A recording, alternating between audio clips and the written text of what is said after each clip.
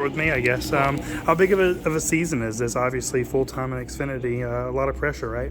Yeah, it's a big season. I'm excited to be able to run every single weekend and contend for a championship. So I'm excited, and obviously today we're testing some stuff out, and hopefully we can obviously get better for what the new World Package has.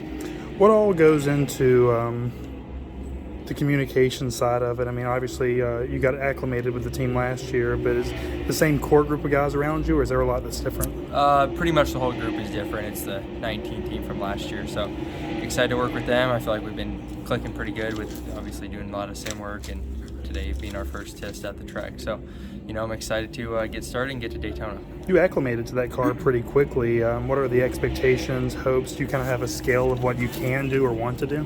Yeah, obviously win races. There's a goal of how many races to win, and obviously to run every lap and be competitive for stages, poles, just week in, week out, be competitive, and I feel like we have the team to do that. What have you felt difference-wise in the car with the new upgrades this year?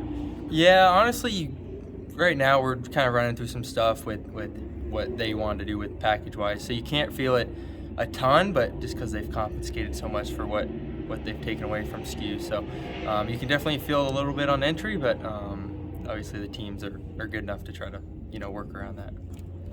Be it ARCA or late models or anything you've been in late model stocks too, is there anything that can kind of prepare you or that transfers over to the Xfinity car? Or is it just such a radically different platform?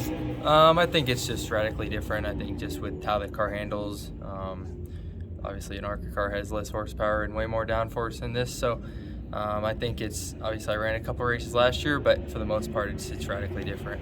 Everyone says that I talked to, this car is the most fun car they've driven. Is that your experiences too? Yeah, for sure. From the last 9 starts I had last year, this is definitely the most fun car I've ever driven. So I'm excited to be able to run it 33 weekends this year. And you ran well last year in the few races you ran, but is there still pressure to kind of come out of the gates rolling at Daytona? Yeah, for sure. Obviously, there's pressure to go out and win races. Obviously, Daytona's Daytona, so you kind of got what you got. You can put yourself in good position and still get wrecked. So obviously, we're preparing for that, but obviously the next the start will be California, the West Coast swing. So gonna try to come out of the gate swinging, and hopefully we're winning races early.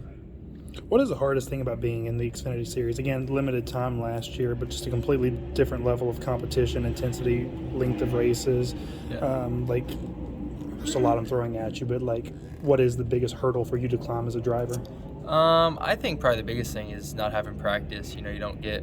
I've obviously never been on a lot of these tracks, so it's tough to try to learn the car and get track time. So that's probably the biggest thing. And then the competition. There's a lot of good competition in the Xfinity Series, so it'll be a good learning year, and looking forward to it.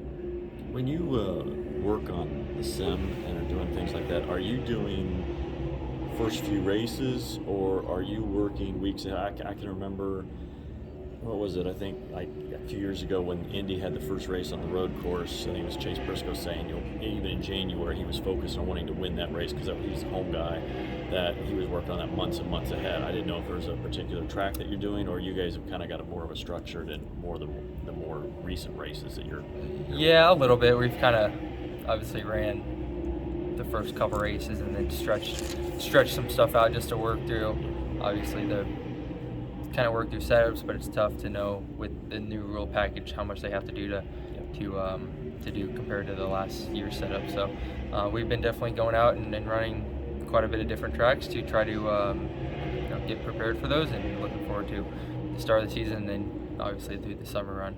What's a track that you haven't run on? I know you've done so much already, but that you haven't run, you're interested to see what it'll be like to race on.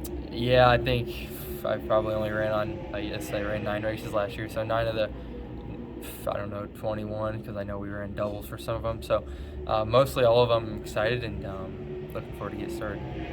Playoff racing is such a different intensity of something you've never done before, and those races can be so cutthroat. Is that something you're looking forward to, or is it intimidating?